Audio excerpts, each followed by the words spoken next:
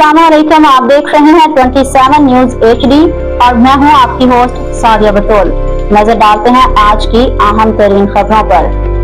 Bureau chief Punjab Mohammad Irfan की report के मुताबिक डस्का रोड गोयंकी के करीब कंटेनर और मजदा में तसादम के नतीजे में 2 अफराद जख्मी हो गए। इब्तदा इतलात के मुताबिक मोटरसाइकिलें ले जाने वाला कंटेनर यू टर्न लेते हुए सब्जी ले जाने वाले मजदा से टकरा गया। हादसे में 53 साला अशरफ वल्द शेर खान और 18 साला नुमान वल्द आकिब खान जख्मी हुए।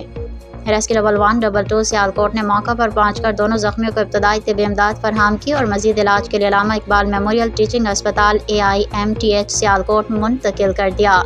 रेस्क्यू 112 शहरियों से अपील करता है कि दौरान सफ़र रफ्तार कम रखें, ट्रैफिक कवानीन की पाबंदी करें और यू टर्न लेते वक्त खसूसी एहतियात करें। मज़ीद खबरों और अपडेट्स के लिए देखते रहिए 27 न्यूज HD।